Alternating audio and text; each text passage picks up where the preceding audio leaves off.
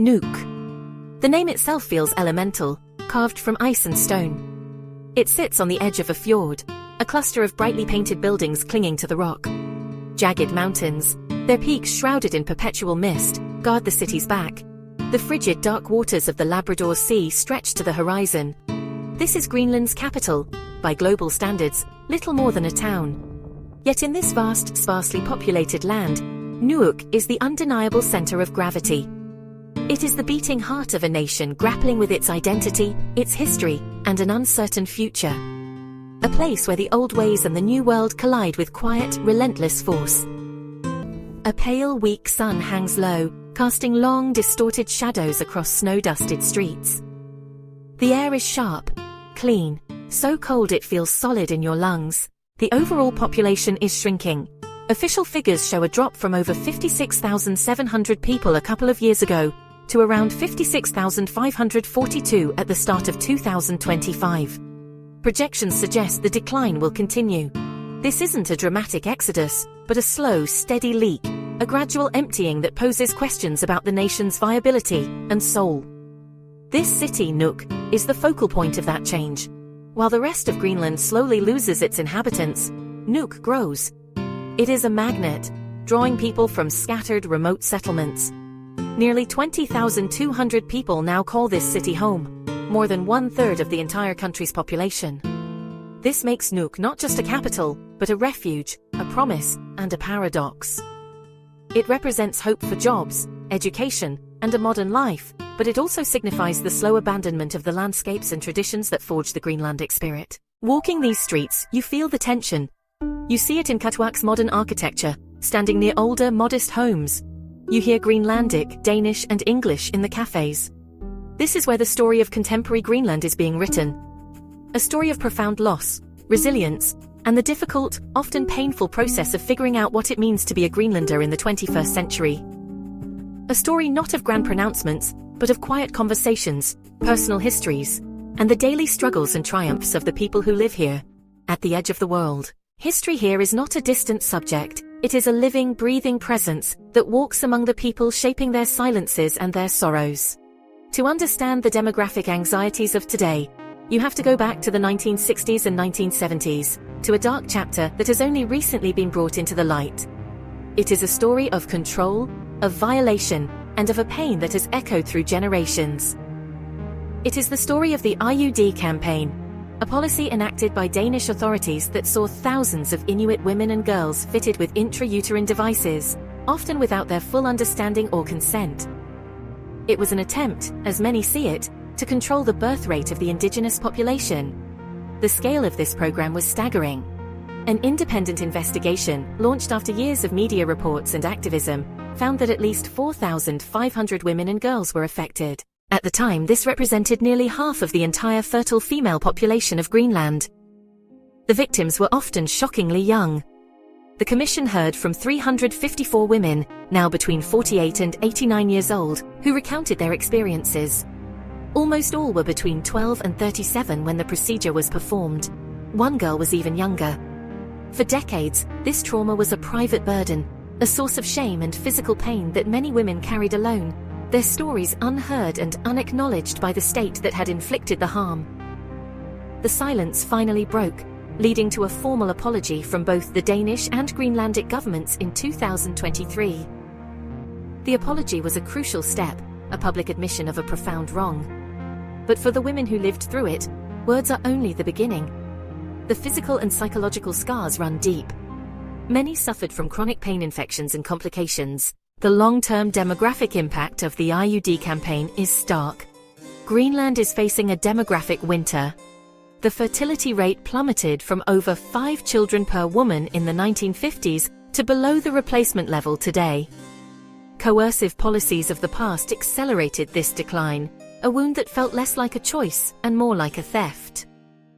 In 2024, Greenland recorded its lowest annual birth count since World War II, with the birth rate now barely outpacing the death rate. For the last half-century, a slow, relentless river of people has flowed from Greenland's remote coasts towards its capital. This internal migration is as transformative as any international border crossing. It is a story of abandonment and aspiration, a hollowing out of the outer districts in favor of the concentrated promise of Nuuk. This is not a choice made lightly. For generations, life was defined by the settlement, the village, the small community clinging to a bay, where everyone knew your name and your lineage. To leave that behind is to sever a deep and ancient root, a connection to the land and a way of life that has endured for 1,000 years. The statistics paint a clear picture of this resettlement. 50 years of steady migration have fundamentally altered the country's demographic map. Today, only about 7% of Greenland's population lives in the smallest settlements, those with 200 or fewer residents. This is a dramatic drop from previous decades. People are leaving because the economic realities have become impossible to ignore. The income differential between Nuuk and the smaller towns is a powerful driver. Jobs in the capital are more plentiful and often better paid. To walk through Nuuk is to walk through a city of jarring but fascinating contrasts. Modern, Danish-inspired apartment blocks painted in bold primary colors. Red, blue, yellow stand starkly against the raw monochromatic landscape of rock and ice. These buildings house a significant portion of the city's population, their uniform design a testament to the rapid, planned urbanization of recent decades. Yet, nestled between them, you can still find older, smaller wooden houses, their character etched by years of wind and sea spray. The streets are a mix of well-paved main roads, and quieter side streets where the snow lies thick and undisturbed. The rhythm of life here is a hybrid of urban efficiency and a more traditional, unhurried pace. In the morning, there is a rush as people head to government offices, the university or the hospital, the main pillars of the city's economy.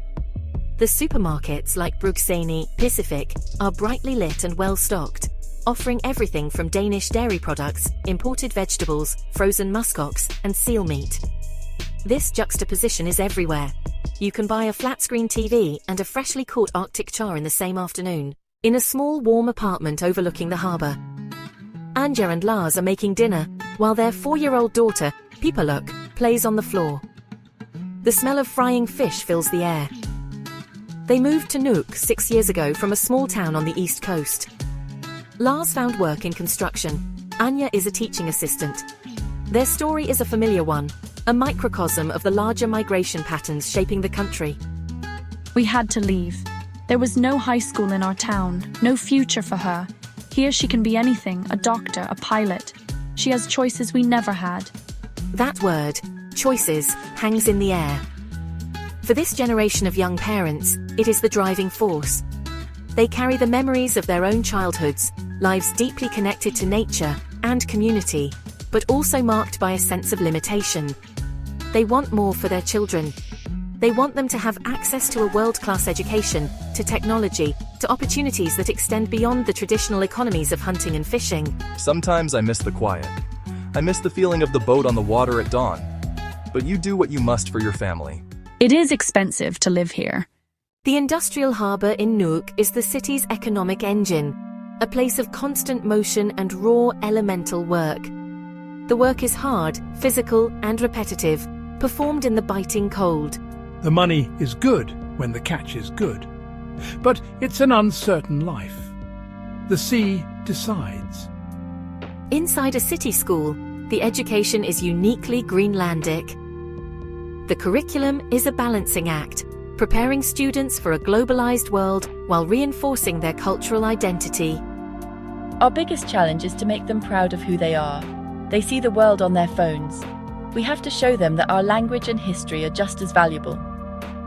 We teach them to code, but we also teach them how to read the ice. Both are survival skills for the future. This generation faces a critical choice. After education, will they stay? The future of the nation rests heavily on their shoulders. This country is at a profound turning point, a complex narrative of loss and resilience. Historical wounds from the IUD campaign are slowly being sutured, while a sobering demographic reality unfolds, a falling population and migration from the villages. Healing requires more than apologies. It demands compassionate healthcare and listening to survivors. Yet, amid the anxieties, there is hope. You hear it in the voices of the women who broke decades of silence to demand justice, inspiring a national reckoning. The story of Nuuk is the story of modern Greenland in miniature. a beacon of modernity that threatens to eclipse tradition.